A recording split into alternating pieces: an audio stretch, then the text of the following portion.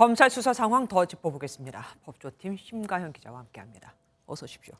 이재명 대표가 검찰에 출석하겠다는 의사를 밝혔습니다. 검찰은 뭐라고 합니까? 네, 이 대표 측이 직접 입장을 밝힌 만큼 오는 10일 출석할 것이 확실해 보이는데요. 이 대표는 지난달 검찰이 성남FC 후원의 효과 관련해 소환을 통보한 이후 직접 출석해 당당히 조사받겠다고 강조해왔습니다. 직접 들어보시겠습니다. 검찰의 행태가 도저히 납득하기 어렵지만 당당하게 임하도록 하겠습니다. 제1야당 대표의 소환인 만큼 취재 열기도 어느 때보다 뜨거울 것으로 예상되는데요. 성남지청은 장소가 협소한 만큼 질서 유지선을 만들어 공동 취재하는 게 필요하다며 협조를 요청해 오기도 했습니다. 네, 이 대표가 드디어 갑니다. 그러면 검찰에 가면 무슨 말을 할까요? 아무래도 기존 입장을 되풀이할 가능성이 큽니다.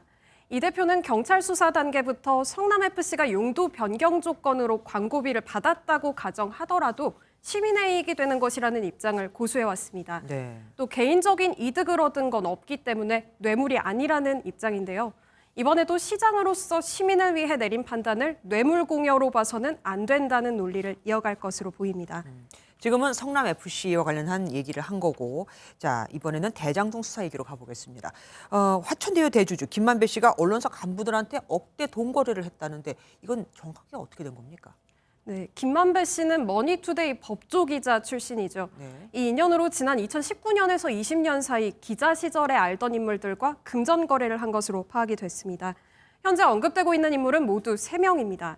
김 씨는 한 중앙일간지 간부에게는 아파트 분양금 등의 명목으로 6억 원, 다른 2명에게는 각각 1억 원 9천만 원을 건넨 것으로 알려졌습니다. 한 종편방송사 간부에게는 지난 2018년 명품 신발을 선물한 사실도 파악이 됐습니다. 아무런 담보 없이 이렇게 수억 원을 빌려주고 받는 게 흔한 일은 아니잖아요. 당사자들은 뭐라고 얘기합니까? 해당 기자들에게 저희 취재진이 직접 연락을 네네. 취해봤는데요. 연락이 닿지는 아. 않았습니다. 다만 한 언론사 노조는 이 간부가 차용증을 쓰고 이자를 모두 지급한 정상적인 금전 거래였다고 소명을 했고 대기 발령 조치됐다고 밝혔습니다. 또 다른 언론에서도 입장문을 내고 이 간부가 6억 원 중 2억 원을 갚았고 김 씨에게 나머지도 갚겠다는 의사를 밝혔다며 이번 사건을 인지한 직후 해당 인물을 직무에서 배제했다고 밝혔습니다.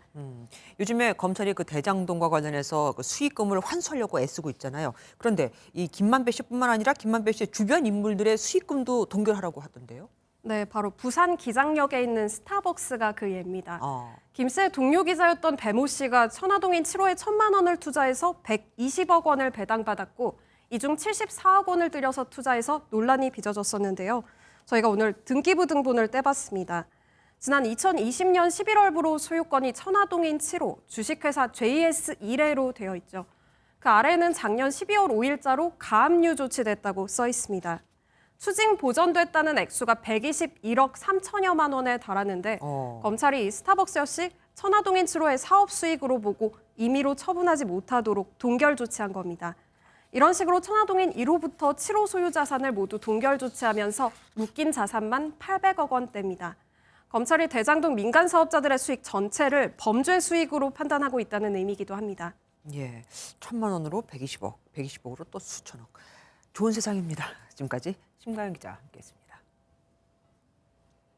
안녕하세요, 김주하입니다. 공정하고 신속한 MBN 뉴스, 유튜브를 통해서도 만나보실 수 있습니다. 특히 더 많은 뉴스와 라이브를 보고 싶으시다면 오른쪽을 눌러서 구독하시면 됩니다. 어렵지 않죠? 빠르고 정확한 뉴스로 계속 찾아뵙겠습니다. MBN 뉴스를 시청해주신 여러분 고맙습니다.